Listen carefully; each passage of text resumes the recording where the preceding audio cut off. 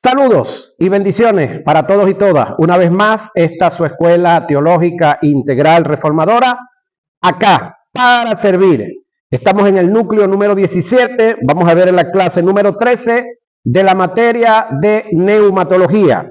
Vamos entonces a entrar en contexto. Nos toca ver la unción que está representada por el Espíritu equivale al poder. Tanto en el Nuevo Testamento como en el Antiguo, el Espíritu Santo es el poder de Dios. Oiga, según Miqueas 3:8, Lucas 4:14 y 24:49 y Hechos 1:8, que ustedes se lo saben de memoria, 10:38 también se lo saben. El Espíritu Santo representa, oiga, y es el poder de Dios para tener una mejor comprensión de lo relacionado al poder y tener una mejor apreciación de esto. Voy a dar un desarrollo de lo que implica el poder de Dios en nosotros. Oiga, lo que implica el poder de Dios en nosotros. Analice esa expresión. Analicemos la pluralidad de los poderes de Dios en la singularidad de un poder. Pablo en Efesios 1:19 nos presenta la pluralidad de los poderes de Dios en la singularidad de un poder.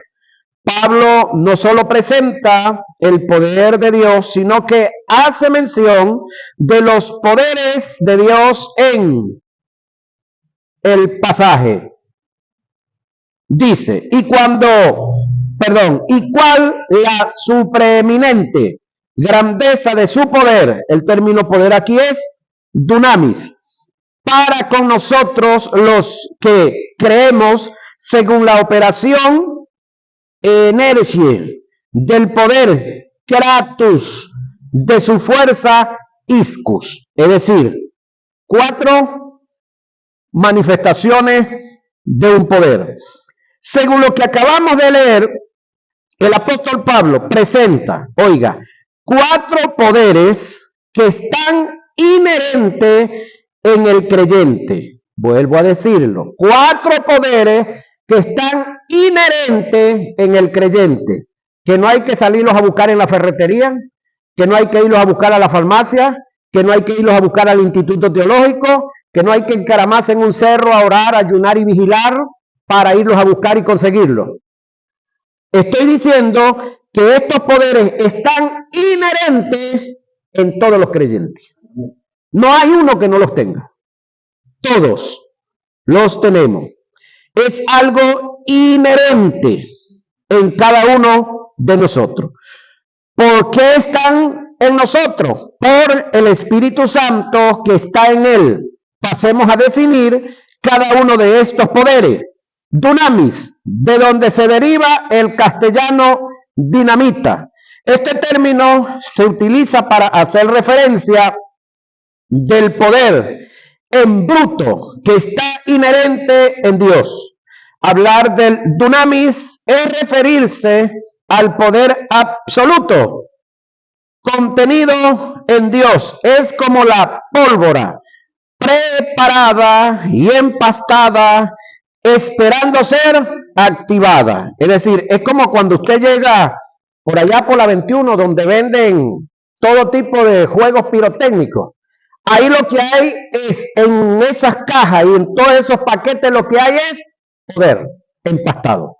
Explota uno allá adentro y comienza la explosión de todos los demás. Es decir, ahí hay un poder que necesita ser activado.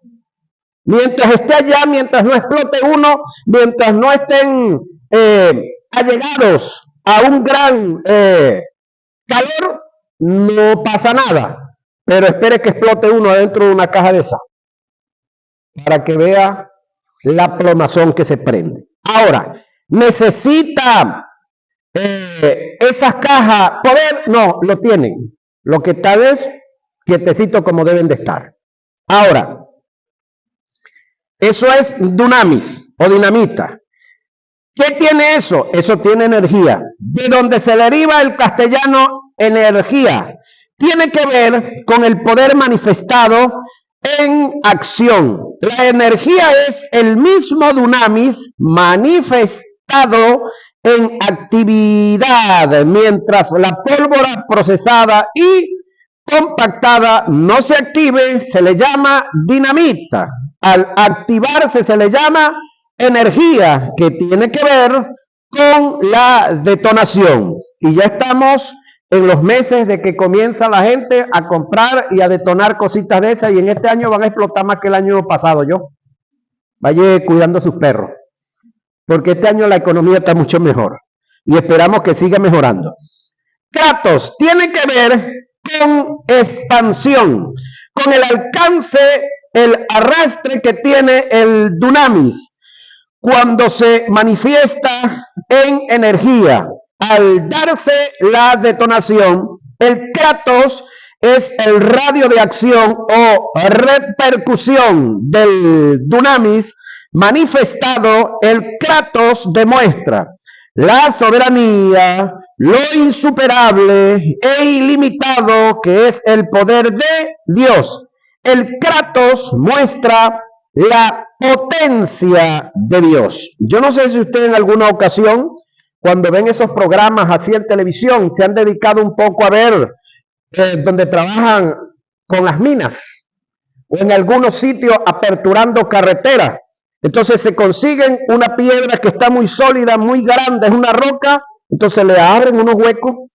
Luego de que le abren esos huecos, le echan un poco de material ahí, le pegan una mecha, le echan mezcla y la dejan que se seque de un día para otro. Hay unos que la explotan el mismo día, pero si se seca de una para otro, el cemento que le echaron arriba está mucho mejor, para que no se venga por ese hueco que se abrió la explosión, sino que abra la piedra. ¿Sí lo han visto? Ok, de eso estamos hablando.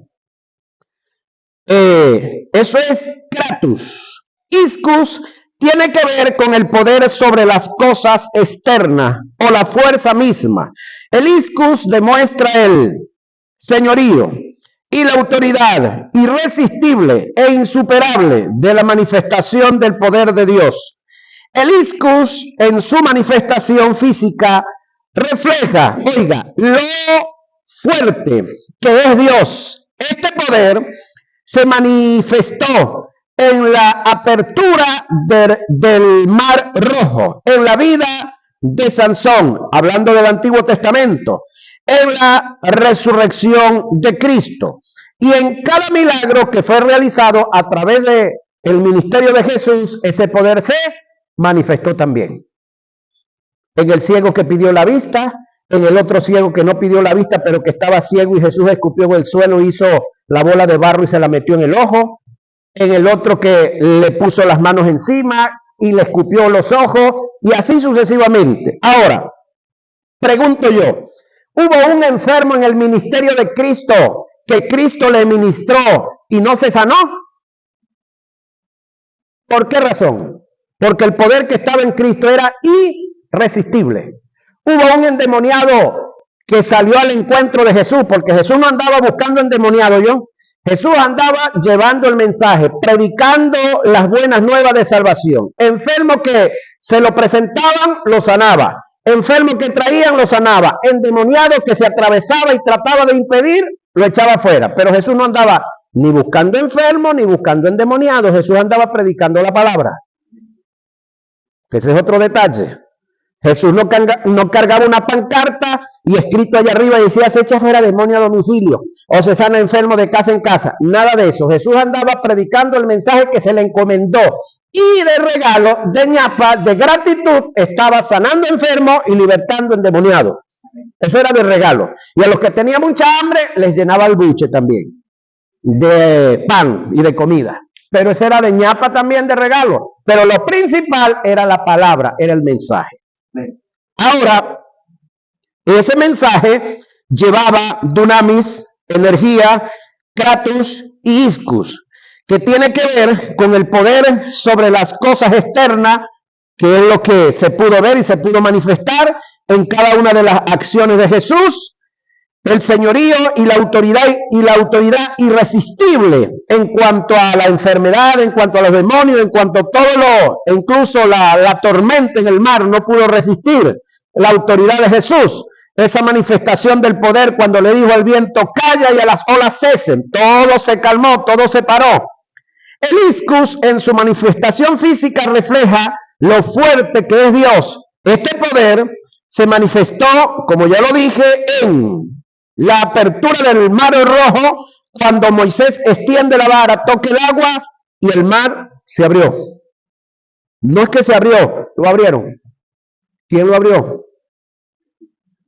El mismo que mora en usted y del mismo que estamos estudiando aquí, el Espíritu Santo. Y una vez que se abrió y pasó la nación de Israel, que eran los beneficiados de ese milagro, pasaron y ya estaban del otro lado. Hubo unos colados que se quisieron colear en ese milagro y caminaron un rato dentro del milagro, pero cuando los que tenían que cruzar, cruzaron al otro lado, se acabó la gracia del milagro y se cerraron las aguas.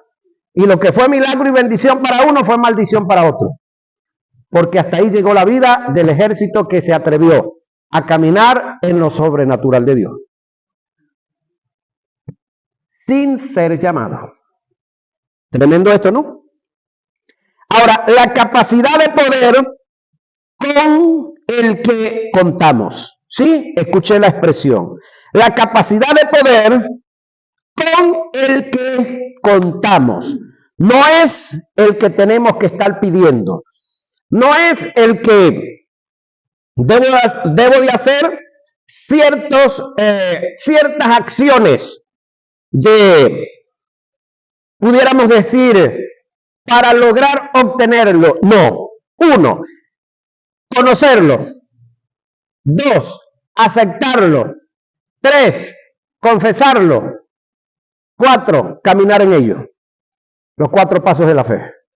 Porque así como para la salvación que usted disfruta ahora y está gozando, tuvo que aplicar fe para ver la manifestación de este poder que ya está en usted y está en mí. Tenemos que caminar en los 4 pasos de la fe también. Ahora, con esto yo no estoy diciendo que no oren, con esto yo no estoy diciendo que no ayunen, con esto yo no estoy diciendo que no vigilen, con esto yo no estoy diciendo que no se guarde, que no se mantenga en santidad. Nada de eso, no me malinterpreten, ni se me adelante tampoco. Todos esos ejercicios tienen su valor, pero ninguno de ellos se hacen para alcanzar el poder, porque ya el poder está en usted. Amén. ¿Sí?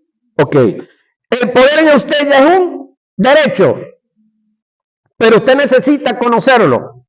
Usted necesita madurar en ese conocimiento y caminar en ese conocimiento. Porque pregunto yo, ¿de qué le sirve la partida de nacimiento a un niño? A él, al niño, ¿de qué le sirve? Al niño, de nada. Pero al papá y a la mamá, si no lo cargan ahorita, no salen por un terminal, si no lo sabía. Tienen que cargar, así como cargamos la cédula, hay que cargar la partida de nacimiento ya. Ya he visto varios que los han sacado en los autobuses y usted no puede viajar aquí, porque tiene problema el autobusero si carga madres con niños sin la partida de nacimiento. Entonces, para el niño no le sirve, pero pregunto, ¿el niño tiene que hacer algo para que le saquen la partida de nacimiento? No, él solamente nacer le adjudica a él derechos. ¿Cuáles son esos derechos? Un nombre, 2 apellidos, una nacionalidad y un documento hasta los 9 años. Después de los 9 años tiene que cambiar ese documento también a otro. Entonces, ya usted nació, amén. Ya en usted está Cristo, amén. Ya sus pecados fueron borrados, fueron lavados. El Espíritu Santo mora en usted. Bueno, de ese Espíritu Santo es que estamos hablando de esta cantidad de poderes. Y este Espíritu Santo está en usted. Ahora, lo primero que tenemos que entender es que tenemos, oiga, tanto poder que ni siquiera Dios nos sobrepasa en poder. ¿Cómo? Lo primero que debemos de entender es que tenemos tanto poder que ni siquiera Dios nos sobrepasa en poder. De repente alguien dice, mira, el predicador está diciendo que tenemos más poder que Dios. No, eso lo está interpretando usted. Yo le estoy diciendo que ni siquiera Dios tiene más poder que nosotros, porque el mismo poder que está en Dios, Espíritu Santo, está en nosotros. No estoy diciendo que tenemos más poder que Dios. Lo que pasa es que hay gente que piensa, wow, inmensamente negativo. El término que el apóstol Pablo utilizó en Efesios 1:19 para hacer referencia al poder de Dios es hipérbole, que indica lo exagerado del poder de Dios. El término hipérbole tiene que ver con un poder exagerado, que no tiene medida, es ilimitado, no tiene anchura, altura ni profundidad. Según el apóstol Pablo, toda esta capacidad de poder que está en Dios está también en el creyente. Amén. ¿Aquí hay creyentes? Amén. Eso tiene usted. Porque en la iglesia mora el Espíritu Santo, que es Dios, y a su vez representa el poder de Dios. Miqueas 3:8, Lucas 4:14, 24:49 y Hechos 1:8. ¿Se recuerdan de Hechos 1:8? Pero recibiréis poder cuando haya venido sobre vosotros el Espíritu Santo. ¿Ya el Espíritu Santo vino sobre usted? Sí. Aquí en Hechos 1:8 le está diciendo a los discípulos porque no había venido. Pero después de Hechos capítulo 2 en adelante ya el Espíritu Santo vino. Ya no tiene que venir. Entonces ahí es donde sus canciones y algunas ministraciones tenemos que irlas cambiando. Recibe poder. Ya va, el poder está en él. Recibe, ya está en él. No lo idiotices más con ese dicho, porque él va a creer que no está en él. Entonces, si el poder está en él, ¿cómo es que vamos a ministrar entonces ahora? ¿Cómo vamos a ministrar si el poder está en él y necesitamos que se manifieste? Hay que cambiar la oración. La otra que cantamos, y algo está descendiendo, desciende Espíritu en esta vigilia, desciende en este clamor. Ya va. ¿Está o no está? Entonces, ¿qué es lo que hay que pedir? Que se manifieste. No que descienda porque ya vino hace 2024 años en el ámbito general, pero en el ámbito unipersonal, en el caso mío, hace 38 años, usted sabe lo suyo.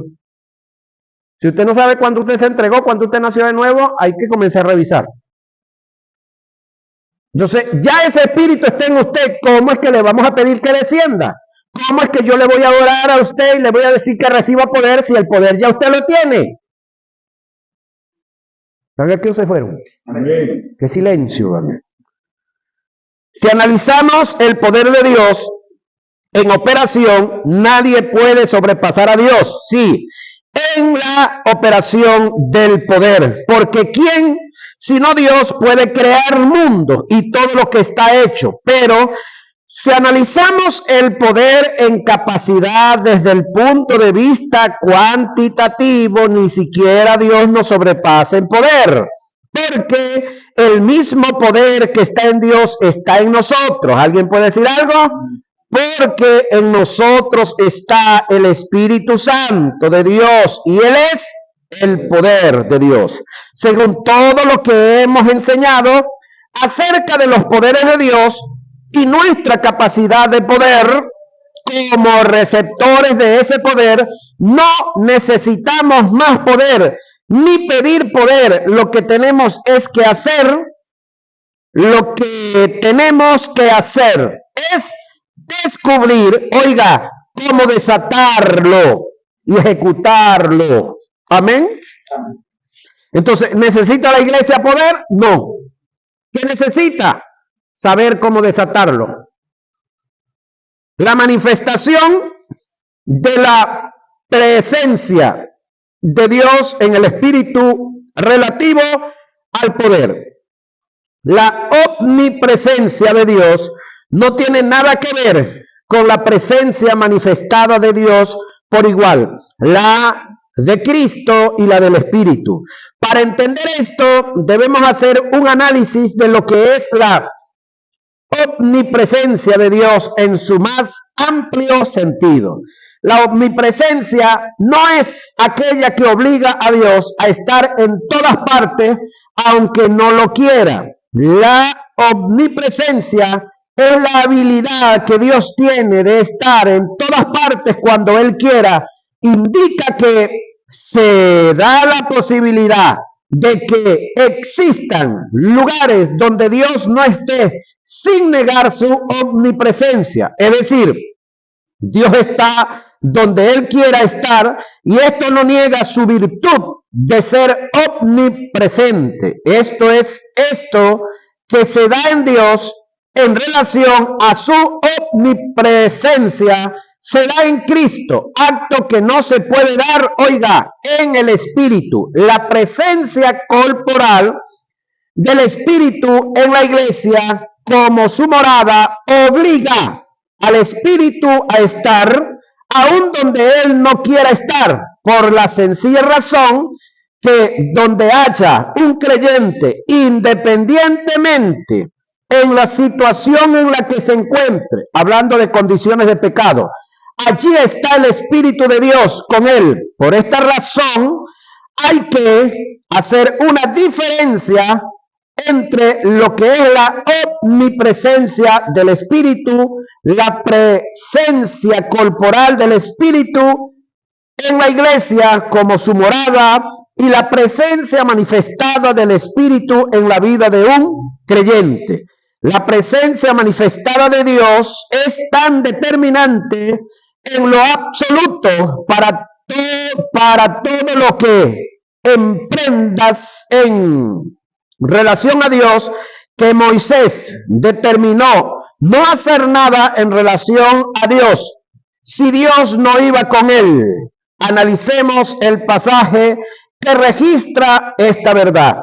Éxodo 33, 1 y 3 y 12 y 13. Jehová dijo a Moisés: anda, sube de aquí tú y el pueblo que sacaste de la tierra de Egipto, a la tierra de la cual juré a Abraham y a Isaac y a Jacob, diciendo: a tu descendencia la daré, y yo enviaré delante de ti el ángel, pero yo no subiré en medio de ti, porque eres pueblo de dura cerviz, no sea que te consuma en el camino. Y dijo Moisés a Jehová: mira, tú me dices a mí, saca este pueblo, y tú no me has declarado a quién enviarás conmigo.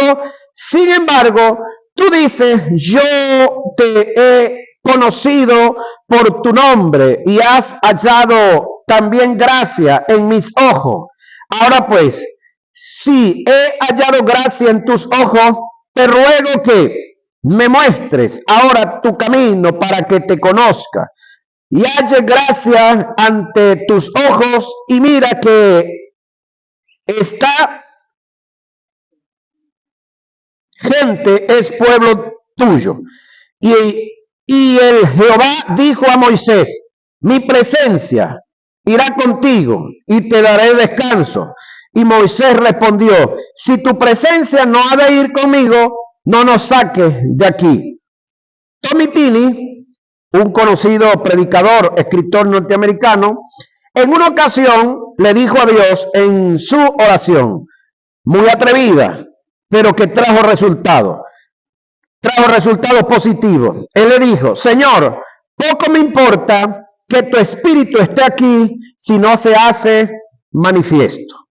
Nunca la presencia de Dios por el espíritu se hará manifiesto hasta que no haya un entendimiento de tres factores en relación al espíritu que son determinantes para traer dicha presencia. Dichos factores son, oiga, el valor, el costo y el precio del espíritu. Es decir, hay que conocer el valor, hay que conocer el costo y el precio del espíritu. El valor del espíritu Cuando hablamos del valor, nos referimos a cálculos en cuánto podemos pagar por él. Usted y yo, nada. Equitativamente, ¿con qué podré comprar al Espíritu? Con nada. ¿Qué podemos poner del otro lado de la balanza que pese más o igual al Espíritu? Un hombre intentó comprar el don de Dios en la imposición de las manos para recibir al Espíritu y fue reprendido por los apóstoles. ¿Cuánto más si intentas, oiga, poner valor al Espíritu en relación, oiga, a compra y venta? Analicemos esto. ¿Qué fue lo que ofreció Simón para recibir el poder que tenían los apóstoles? Billete, plata. Ajá. Ahora, ¿con qué pensamos nosotros comprar al Espíritu? ¿Con ayuno? ¿Con vigilia? ¿Con qué? Es decir, el Espíritu es alguien incomprable, invendible. ¿Por qué razón es incomprable y es invendible? Porque el valor que él tiene, no hay nadie, no hay nada que lo pueda comprar. Ese es el detalle. Y lo otro, que él fue dado por gracia. Y si ya él fue dado, porque yo quiero comprarlo. Simón ofreció plata, que si nos ponemos a sacar cuenta de a dónde tenía Simón esa plata ahorrada, del trabajo de la brujería que había hecho, ahí. ¿De a dónde estamos nosotros buscando una manera, una fórmula, cómo comprar al Espíritu? ¿De qué? Ahora, cuando vio Simón que por la imposición de las manos de los apóstoles se daba el Espíritu Santo, les ofreció dinero, diciendo, dame también a mí este poder para que cualquiera a quien yo impusiera las manos reciba el Espíritu Santo. Entonces Pedro le dijo, tu dinero perezca contigo, porque has pensado que el don de Dios se obtiene con dinero. No tienes tu parte ni suerte en este asunto, porque tu corazón no es recto delante de Dios. Arrepiéntete, pues de esta tu maldad, y ruega a Dios si quizás te sea perdonado el pensamiento de tu corazón, porque en él de amargura y en prisión de maldad veo que estás. Hechos 8, 18 y 23. Tremendo regaño le metieron aquí al pobre Simón. Ahora, ¿qué fue lo que dijo Simón? ¿Cuál fue la respuesta de él? Si usted sigue leyendo, usted puede sacar la cuenta. De repente usted puede decir, no, que Simón era un bandido, que era un tremendo, que no había nacido de nuevo. Ya va. No sé si ustedes han analizado esa parte. Y de repente usted ha discutido con el texto un poquitico. Yo le aseguro que Simón sí había nacido de nuevo. ¿Por qué razón? Por lo que él dice después. Órenle a Dios para que lo que usted dice no suceda. Eso es la muestra de un hombre que fue sorprendido en un tipo de pecado que él no pensaba que era, pero cuando fue reprendido, aceptó la corrección, aceptó la reprensión y pidió que oraran por él para que eso no viniera. Si hubiese sido un impío, si hubiese sido un incrédulo, ¿qué hace? Maldice, reniega, zapatea y se va. Se revela. Pero como hombre nació de nuevo, sencillamente reconoció su error y le dijo a Pedro que orara por él para que todo lo que había dicho fuera anulado. Como dicen unos amigos por ahí, transmutado y cancelado. Ahora, esa no es la palabra correcta, no, o sea, son palabras esotéricas que andan sacando por ahí algunos hermanos. El rey David entendió los valores del Espíritu, que en medio de la condición de pecado, estando arrepentido, exclamó, no me eches de delante de ti y no quites de mí tu Santo Espíritu. Salmo 51:11. David no rogó por el trono, el cetro, la corona o su reinado, que tanto vale, sino por el Espíritu, que de paso no lo tenía como lo tiene usted y yo. Costo. Cuando nos referimos al costo del Espíritu, es relativo a la entrega de un hombre en el más grande de los sufrimientos para poder hacer de nosotros la morada del Espíritu. Jesús dijo: no se turbe vuestro corazón, creed en Dios y creed también en mí. En la casa de mi Padre muchas moradas hay. Si así no fuera, yo lo hubiera dicho. Voy pues a preparar lugar para vosotros. La pregunta es: ¿a dónde iba Jesús? Si usted quiere saber a dónde iba Jesús, tiene que leer el capítulo 13 de Juan, porque ahí él explica hacia dónde iba. Aquí él les está diciendo a ellos que él se iba. En el 13 les habla de todo lo que iba a padecer para poder lograr nuestra salvación, para poder lograr el perdón, para poder alcanzar en la cruz con su padecimiento, con su entrega, para que nosotros pudiéramos, luego de ese sacrificio sustitutivo, tener la oportunidad de que el Espíritu Santo viniera a morar en nosotros. Por lo tanto, la morada en nosotros es gratis, amén, pero a Jesús le costó sangre, sudor y lágrimas. De estas expresiones que salieron de los labios de Jesús, hay mucho que aprender. El término morada que se menciona en el pasaje tiene que ver con lo universal, en relación a la paternidad de Dios. Morada, en su más amplio concepto, está relacionado con el regazo, la cobertura, el abrigo paternal que emana de Dios por causa de su amor. Hemos entendido el término morada como casas edificadas que Dios tiene preparada en el cielo para ser habitadas por sus hijos.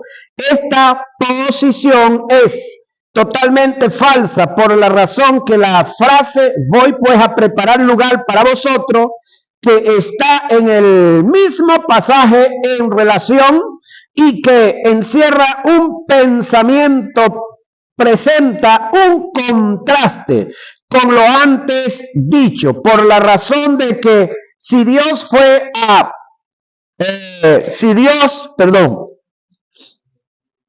ya tiene las casas y en ella hay mucha morada, entonces ¿qué lugar va a preparar Jesús? Esto de pie para entender que el término casa y morada que aparece en el pasaje antes mencionado tiene un sentido alegórico con principios espirituales. Por igual, la frase voy pues a preparar lugar para vosotros, esta frase voy pues a preparar lugar para vosotros en el sentido cultural alegórico, centrándonos en el término lugar, es una palabra que en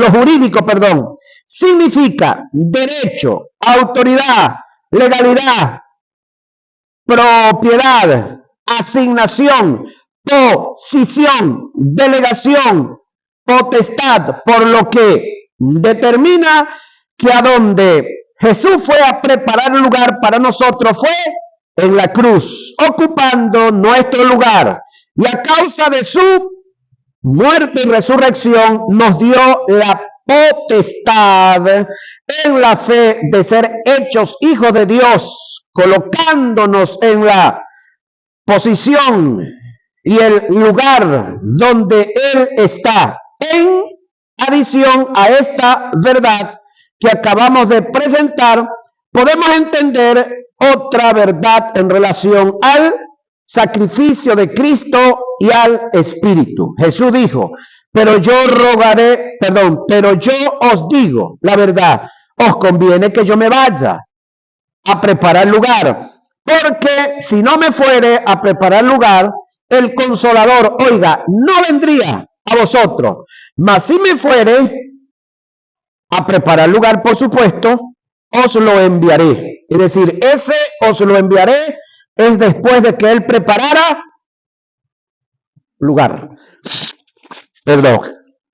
Es decir, el Espíritu Santo no podía venir o no podía ser enviado si no se preparaba lugar donde Él morar. ¿Se recuerdan de las 3 dispensaciones del Espíritu?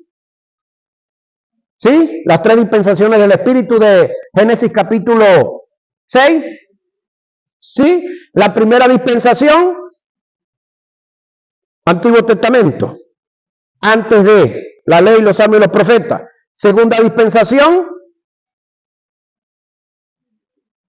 el tiempo de la ley, los salmos y los profetas, sobre todo al final, cuando se aparece la paloma con una rama de olivo en el pico. La tercera dispensación, en esta que estamos. Pero para que esta dispensación se diera, hubo que clausurar, culminar con la otra.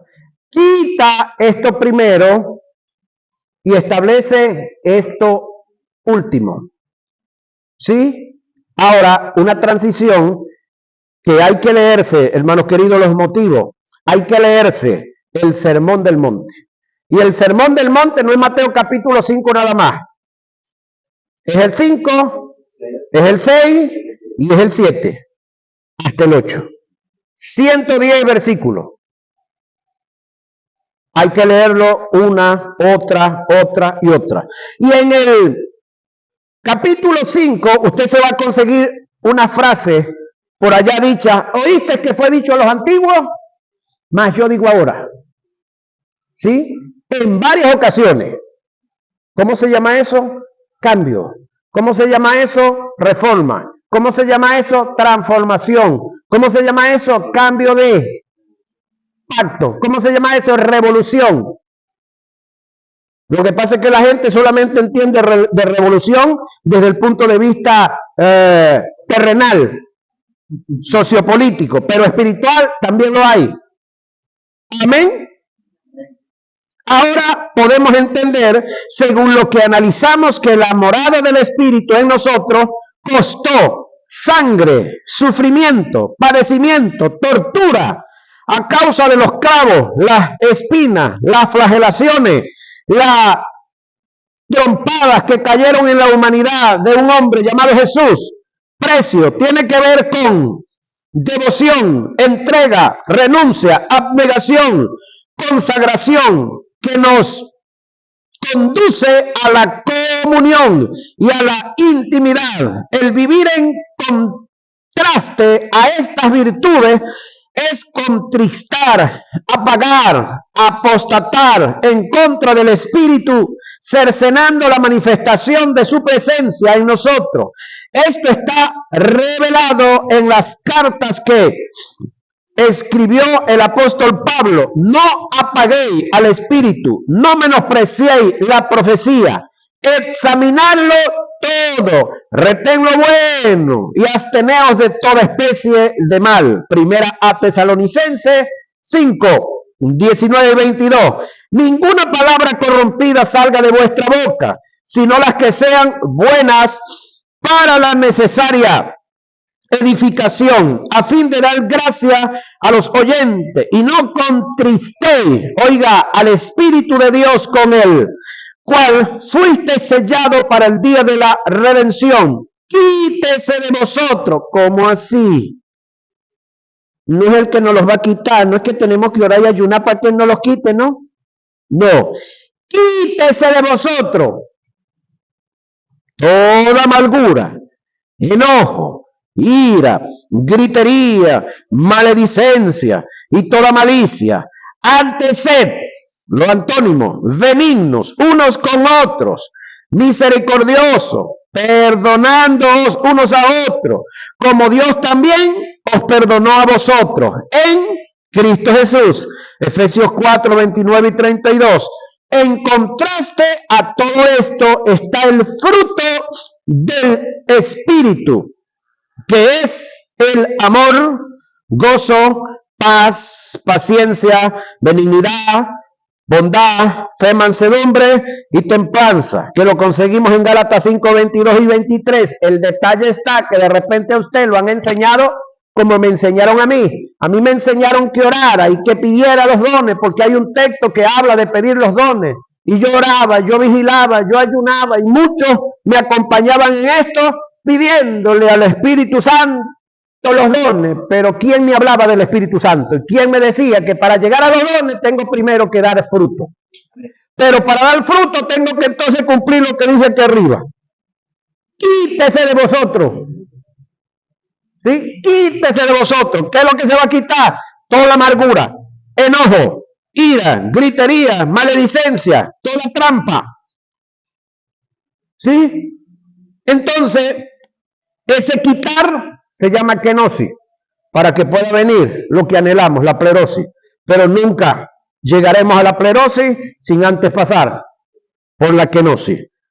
Jesús pasó por la kenosis y después se manifestó en la plerosis. Ahora, debemos, esto lo vamos a ver en la próxima materia, los dones, pero debemos procurar antes que los dones el fruto del Espíritu. Porque cuando en usted y en mí se esté viendo, se esté dando el fruto del Espíritu, estamos listos para que se manifiesten los dones. Ahora el caso es que cuando nosotros entendamos la diferencia que hay entre los dones y el fruto, después que nosotros estén manifestando, después que nosotros estemos manifestando el fruto, no nos van a interesar mucho los dones. Porque los dones son temporales. Porque los dones son necesarios cuando ocasionalmente, una vez por allá. Y el fruto es algo permanente, constante y eterno. Los dones son circunstanciales. Entonces, ahí hay unos detalles. Y eso tiene que ver con valor, con valorizar. Ahora, es el testigo interno, Hechos 20, 23. Ese es el Espíritu. En el antiguo pacto, Dios dirigía a los hombres a través de los sentidos físicos. Oiga, ¿cuáles son los sentidos físicos? ¿Me los pueden recordar? ¿Sentido físico? Ajá. Y ahora andan diciendo que no son 5, que hay otro sentido. Que no solamente tenemos este cerebro aquí, sino que hay uno aquí abajo. La gente estudiando yo. Ajá. Entonces, Dios usaba en el Antiguo Testamento a los hombres a través de los sentidos. Y nosotros en el Nuevo Testamento, algunos por no valorizar el cambio que se ha dado, lo glorioso y lo grandioso de lo que tenemos ahora en el Nuevo Testamento, entonces queremos vivir en el Antiguo Testamento. Queremos que Dios nos siga tratando como en el Antiguo Testamento. Entonces, cuando Dios nos dice algo, entonces comenzamos a tirarle vellones. Comenzamos a pedirle confirmaciones, comenzamos a pedirle señales. ¿Sí? Es decir, estamos en lo actual, en lo mejor, en lo más grandioso y queremos volver atrás.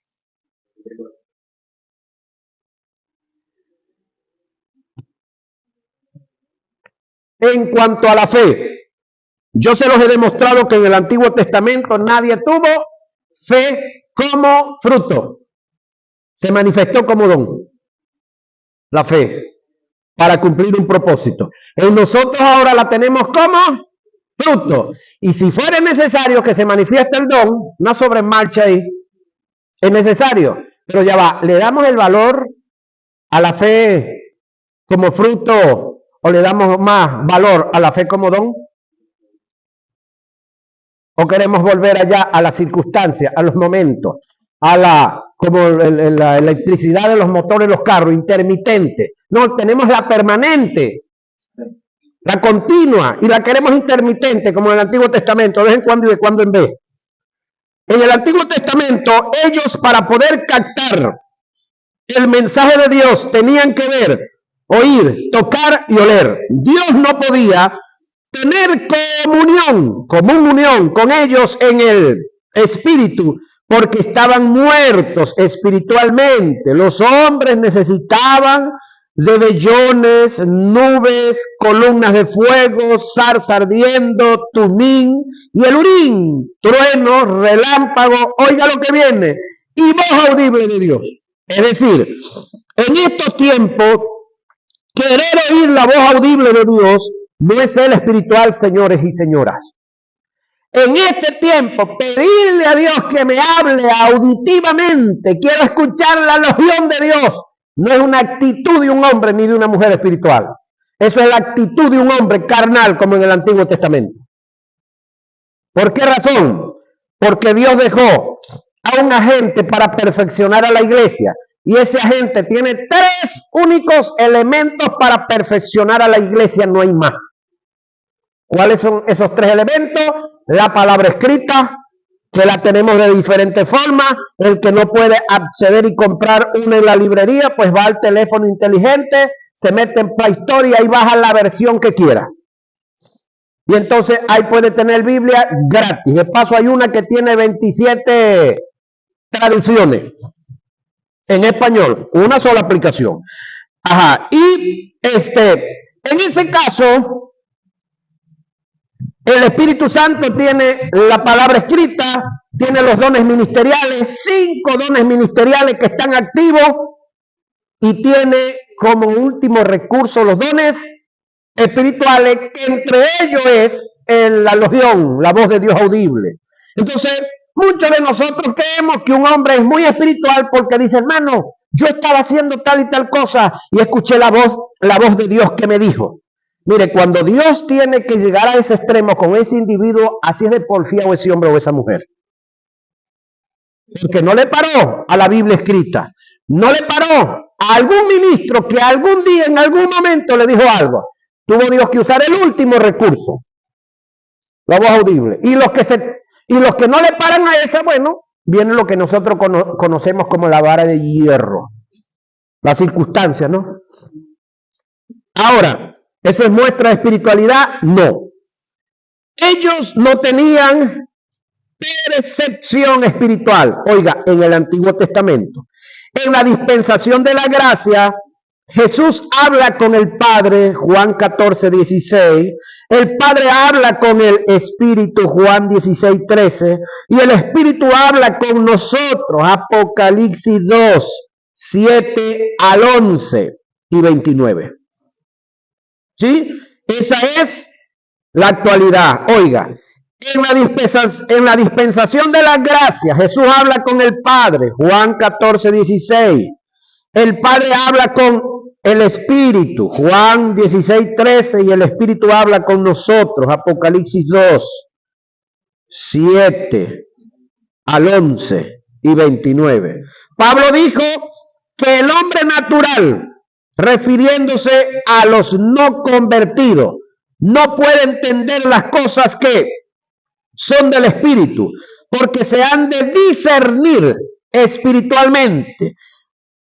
Y afirmó que lo espiritual se debe acomodar a lo espiritual. Primera a Corintios 2:13 y 14. En estos tiempos Dios no quiere tratar con nosotros a través de los sentidos físicos, oiga, sino a través de la intuición espiritual, del espíritu a espíritu. Hay que entender que quien trabaja a través de los sentidos físicos es el diablo. Un creyente que esté tentando a Dios con vellones está entrando en el terreno de lo físico y fácilmente puede ser engañado por Satanás. En el Espíritu Santo, el Espíritu Santo es el testigo interno que nos dará testimonio en lo más profundo de nuestro ser, que es en nuestro espíritu, acerca de los asuntos de Dios. Por esta causa debemos aprender a desarrollar el sentido espiritual para poder escuchar y captar la voz del Espíritu en el interior, es decir, en nuestro espíritu. Romanos 8:16 dice, el Espíritu mismo da testimonio a nuestro espíritu de que somos hijos de Dios. El término testimonio del griego es summartureo, que tiene que ver con corroborar y concordar con el sentir que tiene el espíritu del hombre en lo más profundo de su ser, dándole una profunda convicción para determinar una decisión que lo llevará a una acción. Permiso. Ahora, según este término, el Espíritu Santo no se limita a dar testimonio a nuestro espíritu de nuestra redención, sino de todas las cosas que están acorde con el propósito y la voluntad de Dios para usted y para mí, que son individuales, los propósitos. Cabe aclarar que solo los que viven en una vida en el Espíritu podrán aceptar el testimonio del Espíritu. Jamás se puede sintonizar al Espíritu Santo viviendo en la carne. Pablo dice que el hombre carnal no puede entender las cosas del Espíritu. El carnal es el tipo de hombre, el carnal es el tipo de hombre y mujer que aun cuando haya recibido la naturaleza de Dios y la simiente de Dios, camina en una vida de pecado, hablando sociales y morales, dejando manifestar en él el viejo hombre, y esto es producto de no tener el alma santificada por el Espíritu Santo, por la palabra. Primera a Corintios 3, 1 y 7. Un hombre que tenga la mente en el pecado y que viva por los sentidos, jamás podrá captar el testimonio del Espíritu. Por esta causa, Dios tiene que entrar al terreno de lo natural para poder dirigir a través de los sentidos físicos a los que no han aprendido a desarrollar el sentido espiritual. ¡Ay Dios! Es decir, Dios no puede tratarnos como espirituales cuando no estamos caminando en una aptitud espiritual. Entonces tiene que tratarnos como carnales. Ahora, ¿cuál era el trato de Dios con los del Antiguo Testamento? Como carnales, porque lo eran. Entonces, cuando un hombre a esta altura de la vida está pidiéndole a Dios que le mande ángeles para que los acompañe por el camino, que le mande ángeles para que le cuiden la casa, que le mande ángeles para que le cuiden la familia, para que le cuiden los negocios, se está comportando como en el Antiguo Testamento. ¿Están aquí o se fueron? Sigan pidiendo ángeles, pues. Nos vemos en nuestra próxima hora de clase.